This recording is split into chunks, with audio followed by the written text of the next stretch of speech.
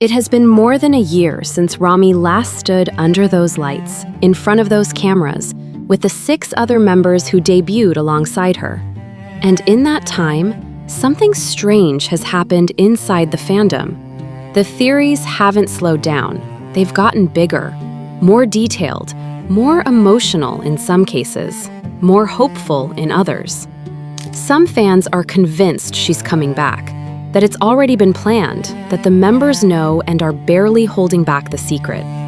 Others believe she already left the group quietly, and that the official announcement is just being delayed for business reasons.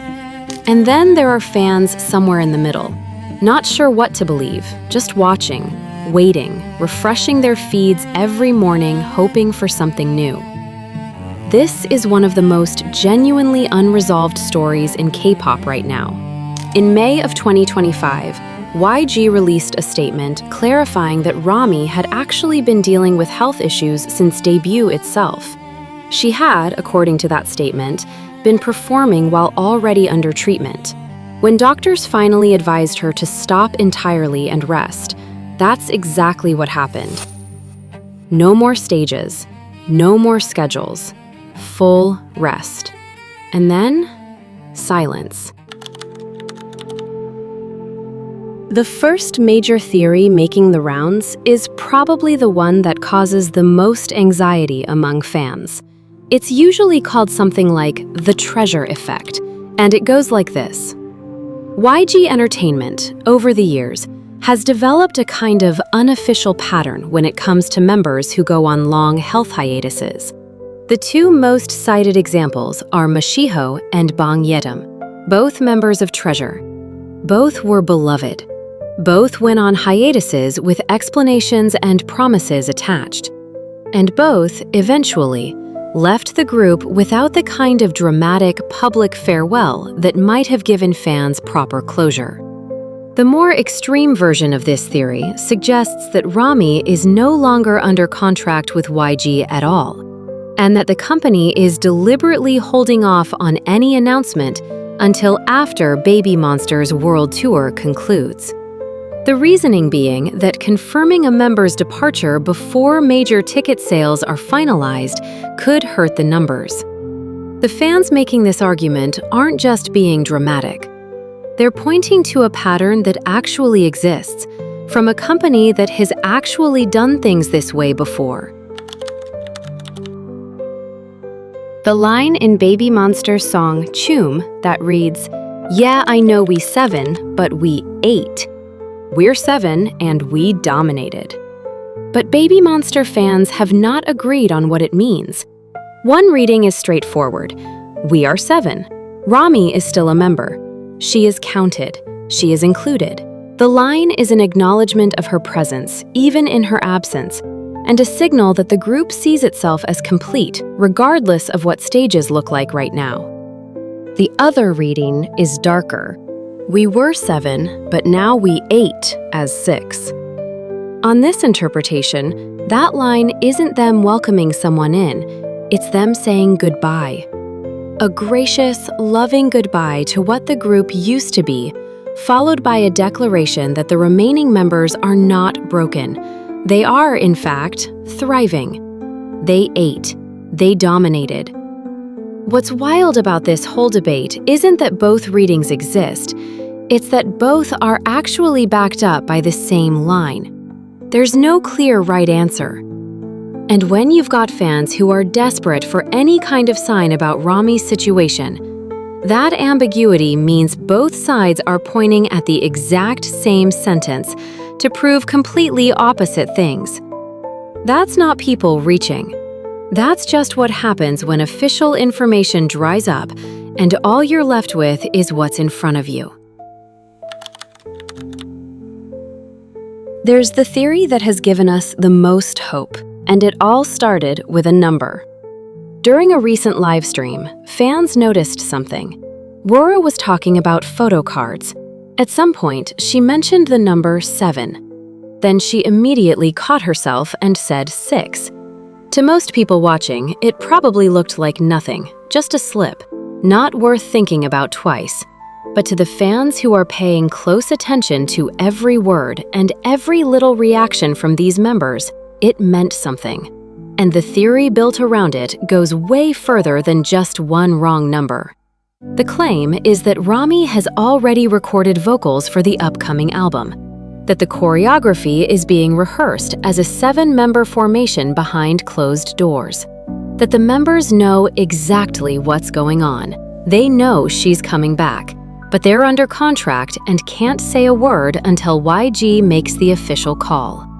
And Parita apparently had a similar kind of slip in a separate moment, which, to the fans building this theory, makes it feel less like coincidence and more like proof. But the reason this theory has legs isn't just the slips themselves, it's the emotional weight behind them, plus the fact that they happened at all, and that they happened more than once.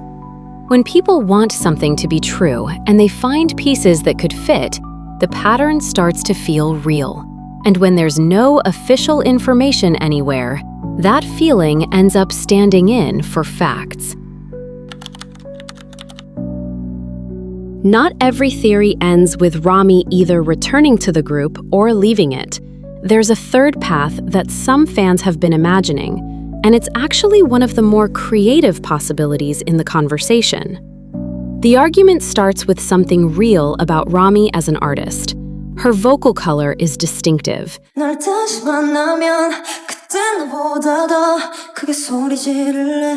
Even among BABYMONSTER's members, who all have strong voices, Rami's tone has a maturity to it, a texture that stands apart.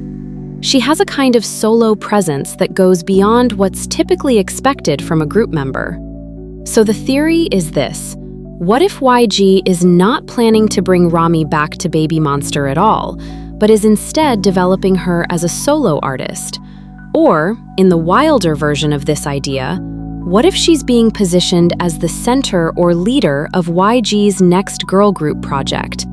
A new act built around a different concept and a different team. The medical angle actually supports this in a specific way. Pneumothorax, especially if it becomes recurrent, can make the physical demands of a K-pop idol career genuinely dangerous. The intense choreography, the heavy rehearsal schedules, the physical toll of performing night after night on a world tour. That's not easy on a healthy body, let alone one recovering from a lung condition. But singing, just singing, in a controlled studio environment, or even in a less physically intense performance setting, might be sustainable in a way that BABYMONSTER's full performance demands are not. So the question this theory asks is, what if returning to the group, exactly as it was, isn't actually an option? And what if YG has been quietly building a different plan for her instead of a reunion? The last major theory in this conversation is the one that needs the least conspiracy thinking, but maybe the most patience. A lot of people have been pointing out something worth knowing about pneumothorax specifically. In some cases, a collapsed lung isn't just a one-time thing. It can keep coming back. It's not something you just get over and move on from like nothing happened. It needs real, ongoing management. This would explain the timeline without needing to assume anyone is hiding something. When the hiatus started, fans were probably expecting a few months, 3, maybe 6. That's a fair assumption for a lung injury in an otherwise healthy young person. But when those months kept stretching, the speculation picked up. Even if Rami is fully healed right now, she's still got months of work ahead of her. Relearn every full song, get all the choreographies back in her body, build her vocal stamina back up, re-sync with 6 members who've been out there touring without her. Someone in the comments of my last Rami video said it better than I could.